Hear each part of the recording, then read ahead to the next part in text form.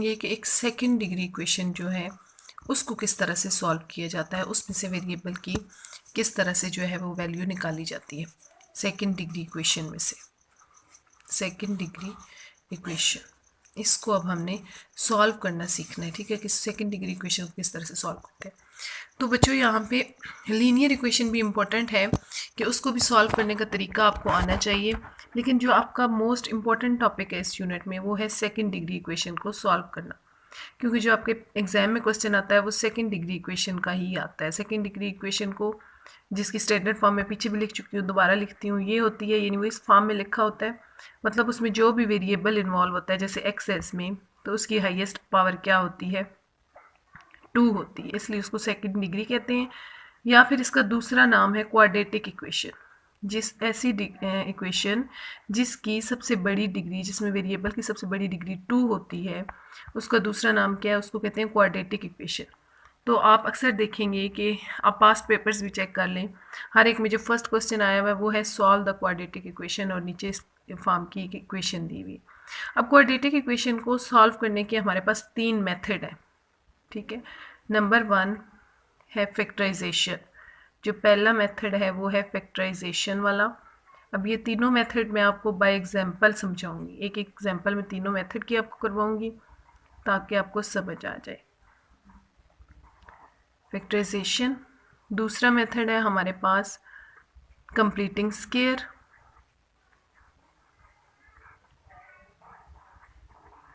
Completing square, और तीसरा method है हमारे पास क्वाड्रेटिक फार्मूला।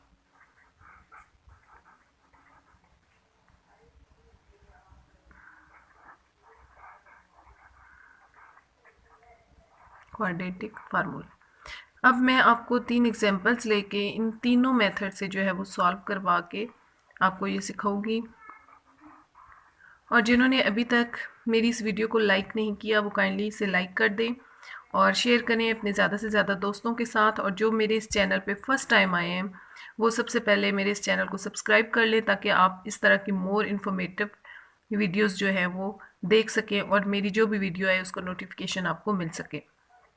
तो अब चलते हैं हम इस इन इक्वेशन क्वाड्रेटिक इक्वेशन के सोल्यूशन की तरफ। अब हम ये इक्वेशन लिए मैंने एग्जांपल के तौर पे, solve the given quadratic equation. ये इक्वेशन है मेरे पास x square plus 2x minus 3 equal to 0। यहाँ पे जिस तरह आप देख रहे हैं कि यहाँ वेरिएबल की हाईएस्ट पावर क्या है, 2 है, इसका मतलब है ये एक इक्वेशन है जो क्वाड्रेटिक इक्वेशन है, ठीक है। तो इसको मैं इन तीनों मेथड से बारी बारी सॉल्व करूँगी। सबसे पहले इसको इसी इक्वेशन को, और आप देखेंगे कि तीनों मेथड से क्वाड्रेटिक इक्वेशन का आंसर सेम आता है। इसका मतलब ये है कि अगर आपके पेपर में ये मेंशन हो कि इस सवाल को फैक्टराइजेशन से करें तो आपने फैक्टराइजेशन से करना है। अगर ऊपर बताया जाए कि कंप्लीटिंग स्क्वायर से ही करें हर सूरत, तो कंप्लीटिंग स्क्वायर से करना है ज़रूर। अगर वो मेंशन कर देते हैं कि इसको हर सूरत आपने क्वाड्रेटिक फार्मूले से करना है तो फिर आपने क्वाड्रेटिक फार्मूले से करना है। और अगर जस्ट लिख देते हैं कि solve the given quadratic equation, तो फिर आप इन तीनों में से कोई भी एक तरीका जो आपको आसान लगता है आप वो यूज़ करेंगे और इसको सॉल्व कर लेंगे। मैं फ़िलहाल इस एक ही क्वेश्चन को आपके सामने इन तीनों मेथड से करूँगी, जिससे आपको ये भी आइडिया हो जाएगा किस तरह इन तीनों के आंसर बिल्कुल सेम आएंगे। तो सबसे पहले ये पहला मेथड है फैक्टराइजेशन। ये करने का क्या तरीका है कि हमने क्या करना है, ये जो गिवन इक्वेशन है इसकी जो फर्स्ट टर्म है और इसकी जो ये लास्ट टर्म है, फर्स्ट टर्म है एक्स का स्क्वायर और लास्ट टर्म है -3, इन दोनों को हमने मल्टीप्लाई करके देखना है कि क्या आता है। अगर हम -3 को एक्स स्क्वायर से मल्टीप्लाई करते हैं, ये यहाँ पे एक्स्ट्रा वर्क रफ काम में मैं देख रही हूँ, तो ये हमारे पास आ जाएगा -3x स्क्वायर, ठीक है। अब मैंने 3x स्क्वायर को इस तरह से इसके फैक्टर बनाने हैं कि मतलब 3x को किसी टेबल से तोड़ना है, किसी पहाड़े पर पढ़ना है, तो 3 सिर्फ आपको पता है 1 पे ही आता है, 3 पे ही आता है, तो इसको मैं ज़्यादा से ज़्यादा क्या लिख सकती हूँ, 3 1s are 3। तो मैं इसके यही दो फैक्टर बना लेती हूँ, 3x और साथ में x। यहाँ x के साथ कुछ नहीं, इट मीन्स इसके साथ 1 है, ठीक है। तो यहाँ 3x को अगर x से मल्टीप्लाई किया जाए तो ये 3x का स्क्वायर बन जाएगा। दूसरी तरफ हमने ये देखना है कि ये जो दोनों हमने फैक्टर बनाए हैं इस 3x स्क्वायर के, एक तो इसके साथ हमें क्या चाहिए, माइनस चाहिए, तो एक के साथ प्लस लगाना है और एक के साथ माइनस लगाना है, लेकिन प्लस किसके साथ लगेगा, माइनस किसके साथ इस जोड़े में से लगेगा, ये देखने के लिए हमें पहले देखना है कि ये जो हमें गिवन क्वाड्रेटिक इक्वेशन है इसके दरमियान में हमारे पास कौन सी टर्म आ रही है। फैक्टराइजेशन में इस मेथड में ये करना होता है कि फर्स्ट और लास्ट टर्म को मल्टीप्लाई करने से जो हमारे पास टर्म आती है उसको फिर दोबारा से इस तरह से फैक्टर्स में उसके बनाने होते हैं कि उनको ऐड या सम करें तो ये इसकी दरमियान वाली टर्म बने। जैसे अगर मैं इसको करती हूँ 3 1s are 3, बिल्कुल यहाँ चाहे तो 1 लिख भी लें, 3 1s are 3 और इसके साथ भी x लगाएंगे, इसके साथ भी x, क्योंकि हमें यहाँ पे x स्क्वायर चाहिए, ठीक है। और यहाँ दरमियान में क्या है 2x किस तरह आ सकता है, अगर 3 में से 1 को माइनस कर दिया जाए तो आप देखेंगे 2x आ जाता है। इसका मतलब है कि ये दोनों फैक्टर बनाए जा सकते हैं।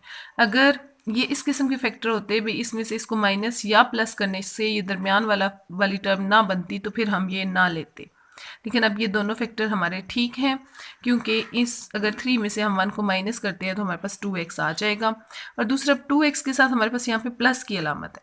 तो हमें इस तरह से करना है कि जो हमारे पास आंसर आए इनको माइनस करने से वो +2x हो।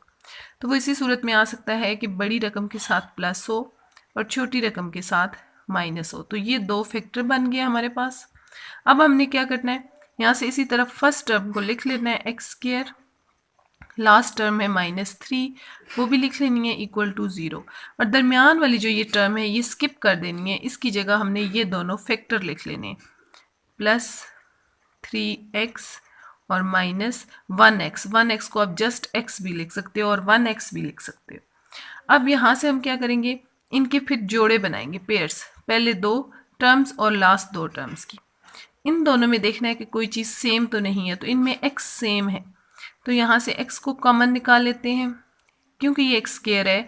अगर x इसमें से निकाल लिया जाए तो पीछे एक x अभी बच जाएगा, प्लस यहाँ से 3x था उसमें से x बाहर आ चुका है तो अंदर हमारे पास क्या बच गया 3। और इसी तरह आप इस टर्म को देखिए।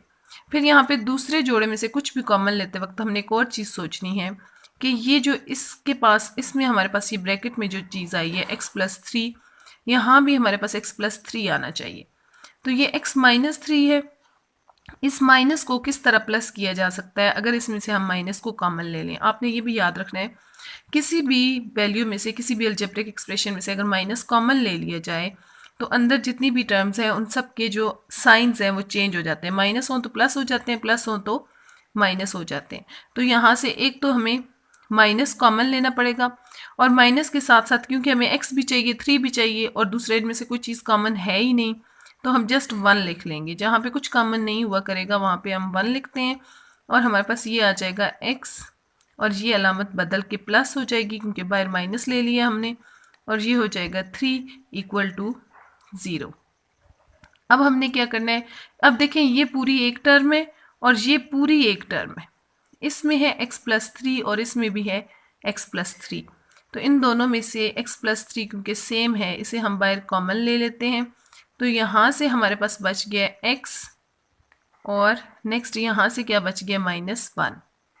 तो ये हमारे पास दो फैक्टर आ गए हैं इस क्वाड्रेटिक इक्वेशन के।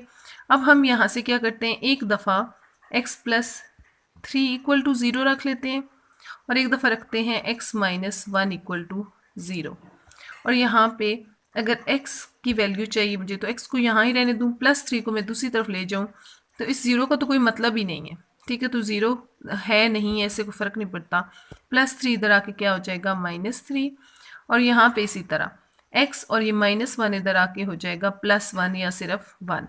तो ये x की दो वैल्यूज़ आ गई हैं। अब यहाँ पे आप देखेंगे लीनियर इक्वेशन जब सॉल्व करते हैं तो x की सिर्फ एक वैल्यू आती है, जबकि जब मैंने ये क्वाड्रेटिक इक्वेशन या सेकंड डिग्री इक्वेशन सॉल्व की है ये वाली तो इसकी दो वैल्यूज़ आई हैं। इसकी क्या वजह है कि जितनी किसी इक्वेशन की हाईएस्ट पावर होती है उसके सोल्यूशन सेट यानी उसके आंसर भी उतने ही आते हैं। लीनियर इक्वेशन में क्योंकि पावर थी नहीं, सिर्फ एक x होता है तो उसकी एक वैल्यू निकलती है और क्वाड्रेटिक इक्वेशन की क्योंकि हाईएस्ट पावर 2 है तो इसकी आंसर भी 2 निकलेंगे। तो ये हमारे दोनों आंसर है, x इज इक्वल टू -3 और x इज इक्वल टू 1। इसको आप इस तरह से लिख सकते हैं s.s, s का मतलब सोल्यूशन और s का मतलब सेट।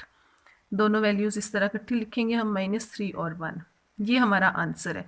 ये अभी हमने इस इक्वेशन को सॉल्व किया है किस मेथड से, बाय फैक्टराइजेशन। मैंने आपको ये करवाया फैक्टराइजेशन से। अब इसी इक्वेशन को मैं सॉल्व करूँगी बाय कंप्लीटिंग स्क्वायर। अब इसी equation x square plus 2x minus 3 is equal to 0 को मैं कंप्लीटिंग स्क्वायर से करने लगी हूँ। ठीक है, तो कंप्लीटिंग स्क्वायर मेथड में हम क्या करते हैं, ये बाज़ बच्चों को बहुत मुश्किल लगता है ये मेथड, तो आप अगर गौर से आज समझ लें तो आपको ये बहुत ईजी लगेगा। मेरे ख्याल में सबसे ईजी मेथड यही है। इसमें आपने सबसे पहले क्या करना होता है, ये जो एक्स स्क्वायर और एक्स वाली टर्म है इसको इक्वल के इसी साइड पे हम रहने देंगे, एक्स स्क्वायर प्लस 2x, और जो कांस्टेंट टर्म है यानी जिसके साथ x नहीं है ये -3, इसको हम दूसरी साइड पे इक्वल की दूसरी तरफ ले जाएंगे, हो जाएगा +3। ठीक है, दूसरा स्टेप ये होता है, पहला स्टेप ये है कि x वाली दोनों टर्म्स को एक साइड पे रखना है और कांस्टेंट टर्म को दूसरी तरफ ले जाना है। कांस्टेंट टर्म वो होती है जिसके साथ x या कोई भी वेरिएबल नहीं होता। दूसरा स्टेप होता है कि जो एक्स स्क्वायर है इसके साथ यहाँ कोफिशिएंट 1 होना चाहिए। 1 मतलब यानी कुछ भी नहीं होना चाहिए। अब जैसे इसके साथ कुछ नहीं है तो हम फर्ज कर लेते हैं कि इसके साथ 1 है। 2, 3, 4, 5 अगर कोई और वैल्यू हो तो उसे हमने ख़त्म करना होता है, लेकिन इसके साथ तो है ही कुछ नहीं। ठीक है, तो ये बिल्कुल सिंपल इसी तरह से रहेगा। तो अब हम क्या करेंगे, फिर हमने इसको एक फार्मूला बनाना है। आपने इससे पहले छोटी क्लासेस में ये फार्मूले किए हुए हैं, लेकिन मैं आपको दोबारा से रिवाइज कराती हूँ। इसको हमने इस तरह से बनाना है कि ये बन जाए हमारे पास a प्लस बी होल का स्क्वायर, या फिर बन जाए a माइनस बी होल का स्क्वायर। अब ये दोनों किस सूरत में बनते हैं, ए से मतलब एक टर्म, बी से मतलब दूसरी टर्म, कोई ऐसी टर्म्स आ जाए दोनों कि जिनको प्लस करने से ये होल स्क्वायर बन जाए। तो आपको पता है, बल्कि मैं बता देती हूँ, a प्लस बी होल का स्क्वायर ये इक्वल होता है a square plus 2ab plus b square के, और इसी तरह a माइनस बी का स्क्वायर इक्वल होता है a square minus 2ab plus b का स्क्वायर। ये दो फार्मूले हैं हमारे पास, इनमें से कोई एक बनाना है हमने ये। और दूसरी बात, इसका ये जो फर्स्ट एक्स स्क्वायर है इसको हम a रखेंगे, यानी ये a का स्क्वायर है, और जो सेकेंड टर्म होती है जिसके साथ सिर्फ x है वो हमने 2ab बनाना है किसी सूरत। तो अगर मैं इसको 2a बनाऊं तो ये देखें, अगर a हो x यानी x फर्स्ट टर्म है उसका हमारे पास स्क्वायर है, तो 2 के साथ पहले फर्स्ट टर्म आनी चाहिए फिर सेकेंड टर्म आनी चाहिए। तो फर्स्ट टर्म तो इसके साथ x मौजूद है, सेकेंड टर्म इसके साथ और कोई है ही नहीं। तो यहाँ पे अगर मैं सेकेंड टर्म 1 बना लूँ तो कोई फ़र्क तो नहीं पड़ता, क्योंकि 1 को किसी भी चीज़ के साथ मल्टीप्लाई कर दो तो वो आंसर सेम रहता है। मतलब मैं इसको अगर ये लिख लूँ एक्स स्क्वायर प्लस 2x, और साथ में मैं यहाँ पे लिख लूँ 1, और मैं इसको इस तरह से पढ़ूँ कि ये है a का स्क्वायर, a हमारा x प्लस 2 और a की जगह पे x और b की जगह फिर क्या आ रहा है इस तरह 1, तो हमें फिर प्लस b का स्क्वायर भी चाहिए यानी प्लस 1 का स्क्वायर चाहिए। तो मैं यहाँ पे क्योंकि मेरे पास 1 का स्क्वायर नहीं है, मैं खुद से 1 का स्क्वायर अगर इधर ऐड करूँगी, तो खुद से जब किसी इक्वेशन में हम ऐड करते हैं तो वो हमें दोनों तरफ ऐड करना होता है। इधर 3 में भी हमें फिर 1 का स्क्वायर ऐड करना है। तो सिंपल आप यहाँ पे ये समझ लें कि जो दरमियान वाली टर्म होगी x वाली, ठीक है, इस दरमियान वाली टर्म के साथ से हमने किसी तरह एक तो 2 निकालना है। अगर उसमें 2 मौजूद है तो वेल एंड गुड, अगर 2 नहीं होगा तो हम उसे 2 से मल्टीप्लाई और डिवाइड करेंगे। ठीक है, तो इसमें तो 2 ऑलरेडी था। फिर उसके साथ हमें यहाँ पे x चाहिए। x हमारा हमेशा फर्स्ट पे हमारा शुरू में हमेशा एक्स स्क्वायर हुआ करेगा, इस तरह हमारा ax होगा, और b जो 2 और x के अलावा उसमें जो भी रकम बच जाया करेगी उसे हम b रख लेंगे। इसमें बाई चांस कोई रकम बच ही नहीं रही तो इसलिए b हमने 1 रख लिए। ठीक है, तो फिर नेक्स्ट जो भी यहाँ पे b होगी उसका स्क्वायर हम दोनों साइडों पे ऐड किया करेंगे। अब ये बन गया एक्स स्क्वायर प्लस 2x1 और प्लस 1 का स्क्वायर। इस हिसाब से ये पहली टर्म का स्क्वायर और ये लास्ट टर्म का स्क्वायर। ठीक है, दरमियान में 2 into first term into second term, तो ये फार्मूला बन गया है first term plus second term whole का स्क्वायर। अगर यहाँ पे माइनस होता तो हम दरमियान में माइनस लगाते, अब यहाँ पे चूंकि प्लस है तो हम यहाँ पे प्लस लगा रहे हैं, और इस तरह हमारे पास ये आ जाएगा 3 प्लस 1 का स्क्वायर क्या होता है 1, तो ये है हमारे पास x प्लस 1 होल का स्क्वायर। इज इक्वल टू 3 में अगर आप 1 ऐड करते हैं तो ये क्या बन जाता है 4। ठीक है, अब ये जो स्केयर है इसको हमने ख़त्म करना है। किसी भी स्केयर को ख़त्म करने के लिए हमने दोनों साइडों पे स्केयर रूट लेना होता है। हम यहाँ पे करेंगे taking square root on both sides, taking square root. तो ये क्या हो जाएगा, स्केयर रूट क्या होता है, ये वाला हमारे पास सिंबल है स्केयर रूट का। आपने मैट्रिक तक ये पढ़ा है, जिन्होंने जस्ट मैट्रिक तक भी किया हुआ मैथ उन्हें भी पता है कि इसको स्केयर रूट बोलते हैं, जजर बोलते थे उर्दू में, अगर किसी ने उर्दू में पढ़ा हुआ है तो। और ये 4 का स्केयर रूट। फिर ये जो स्केयर रूट है ये स्केयर के साथ कैंसिल हो जाता है और हमारे पास ये बच जाएगा x+1 और इधर ये 4 है। 4 को हम आपको पता लिख सकते हैं 2 का स्केयर। और दूसरी बात, जब भी स्केयर रूट इधर से हम ख़त्म करेंगे इधर वाले के साथ प्लस माइनस आएगा। ये भी इसका रूल है स्केयर रूट का। एक तरफ से स्केयर रूट अगर कैंसिल होता है तो दूसरी तरफ उसके साथ प्लस और माइनस लग जाते हैं और ये स्केयर इससे कैंसिल, क्या बच जाएगा 2। अब यहाँ से हम x की दो वैल्यूज़ फाइंड करेंगे। एक दफ़ा लिखेंगे x+1 इज इक्वल टू +2 या सिर्फ 2, और एक दफ़ा लिखेंगे x+1 इज इक्वल टू -2, क्योंकि यहाँ पे प्लस माइनस है। तो यहाँ से हम हासिल करेंगे x इज इक्वल टू 2 और ये +1 इधर आके -1, तो x इज इक्वल टू 2 में से 1 गए 1, और यहाँ से हम हासिल कर सकते हैं x इज इक्वल टू -2 और ये +1 इधर आके -1, तो x इज इक्वल टू -3। यहाँ से आपको आइडिया होगा कि इससे पहले जो हमने क्वेश्चन किया है ये इक्वेशन जब हमने फैक्टराइजेशन के तरीके से की है तो तब भी हमारे पास आंसर जो है वो यही दोनों आए थे। ये मैं आपको दिखाती हूँ, यहाँ पे मेरे पास मौजूद है अभी, क्योंकि आपके सामने वो क्वेश्चन किया गया है, बाय फैक्टराइजेशन हमने किया था। ये देखिए, तब भी एक वैल्यू -3 और एक वैल्यू 1 थी, और अभी जब हमने इसको बाय कंप्लीटिंग स्केयर किया है तब भी आप देख सकते हैं एक वैल्यू -3 और एक वैल्यू 1 है। तो ये इक्वेशन हमारी सॉल्व हो गई है bye completing square method. Viewers, इस वक्त मैं आपको करवाने जा रही हूँ क्वाड्रेटिक फार्मूले की मदद से किस तरह से हम सेकंड डिग्री इक्वेशन को सॉल्व करते हैं।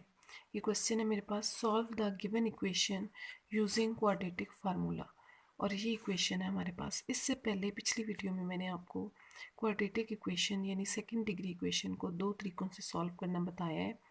एक था कंप्लीटिंग स्केयर मेथड और एक था फैक्टराइजेशन। अब ये तीसरा मेथड है जिसको बोलते हैं क्वाड्रेटिक फार्मूला। तो सबसे पहले हम देखते हैं क्वाड्रेटिक फार्मूला होता क्या है। सेकेंड डिग्री इक्वेशन को सॉल्व करने के लिए ये हम फार्मूला यूज़ करते हैं, x is equal to -b plus minus square root b square minus 4ac over 2a। इसको हम बोलते हैं क्वाड्रेटिक फार्मूला। अब देखते हैं इस इक्वेशन में हमने ए बी और सी कहाँ से लेने। तो इस इक्वेशन में जो एक्स स्केयर है, सबसे हाईएस्ट पावर वेरिएबल की है एक्स स्केयर, इसके साथ जो कोफिशिएंट है, देखिए यहाँ पे इसके साथ कोई कोफिशिएंट नहीं है तो हम इसके साथ 1 ले लेंगे, ठीक है, और वो हमारा होगा ए हमेशा होता है जो एक्स स्केयर के साथ कोफिशिएंट होता है, और अगर ना हो तो फिर हम 1 लेंगे। और बी होता है जो खाली एक्स के साथ, जिसकी पावर, जहाँ वेरिएबल की पावर 1 है एक्स, उसका जो कोफिशिएंट है, तो वो क्या है, यहाँ पे हमारे पास b इज इक्वल टू 2, और c होता है कांस्टेंट, तो कांस्टेंट यहाँ पे -3 है, इससे हमारे पास c आ जाएगा -3। अब इन वैल्यूज़ को हम यूज़ करेंगे इस फार्मूले में जो कि क्वाड्रेटिक फार्मूला है। तो x इज इक्वल टू हमारे पास आ जाएगा -2 प्लस माइनस स्केयर रूट -2 का स्केयर -4, ए की जगह पे 1 और सी की जगह पे आएगा -3 डिवाइडेड बाय 2a। 2 और a की जगह हमारे पास क्या है, यहाँ पे 1 है। तो ये हमने क्वाड्रेटिक फार्मूला अप्लाई किया। अब इसको सॉल्व करते हैं हम। यहाँ पे हो जाएगा -2 प्लस माइनस, जैसे कि आपको पता है 2 2 ज़ार क्या होता है 4, और जब -2 को -2 से मल्टीप्लाई करेंगे तो माइनस ख़त्म हो जाएगा। जब भी किसी डिजिट के साथ माइनस हो और उसकी पावर इवन हो, जैसे 2 4 6 या 8, तो माइनस ख़त्म हो जाता है। तो 2 2 ज़ार 4 हो जाएगा, माइनस और ये वाला माइनस। अब ये दोनों माइनस माइनस क्या हो जाएंगे, प्लस, और 4 को 3 से मल्टीप्लाई करेंगे, 4 3 ज़ार 12 डिवाइडेड बाई 2 1 ज़ार 2। सब सीधा सिंप्लीफाई कर लेते हैं, -2 प्लस माइनस स्क्वायर रूट 12 में 4 ऐड करें, कितने बनेंगे 16 डिवाइडेड बाई 2। और हमें पता है कि 16 को हम लिख सकते हैं 4 × 4, -2 प्लस माइनस, इसको मैं लिख सकती हूँ 4 × 4, 4 4 ज़ार क्या होता है 16 होता है। इस तरह से ये हो जाएगा, सॉरी, डिवाइडेड बाई 2, और ये आ जाएगा -2 प्लस माइनस, इसी तरह मैं इस 4 × 4 को लिख सकती हूँ 4 का square divided by 2 is equal to -2 plus minus. अब ये स्क्वायर जो है ये स्क्वायर रूट से कैंसिल हो जाएगा, और यहाँ हमारे पास बचेगा 4/2।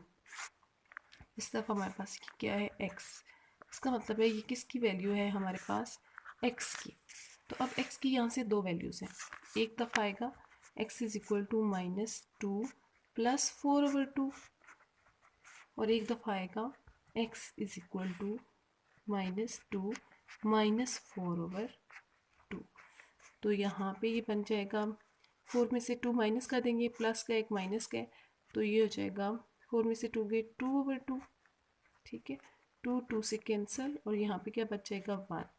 इस तरह x की वैल्यू क्या आ गई 1, और यहाँ से x की क्या वैल्यू निकलेगी, दोनों माइनस के हैं तो हम ऐड कर देंगे, और अलामत माइनस की लगेगी 6/2, और 2 3 ज़ार 6, इस तरह से यहाँ पे आ जाएगा -3। तो हमारे पास सोल्यूशन सेट क्या आ गया है, x की दो वैल्यूज़ आ गई हैं, एक है 1 और दूसरी है -3। तो ये है तरीका किसी भी क्वाड्रेटिक इक्वेशन यानी सेकंड डिग्री इक्वेशन को क्वाड्रेटिक फार्मूले से सॉल्व करने का, और इस फार्मूले को बोलते हैं हम क्वाड्रेटिक फार्मूला।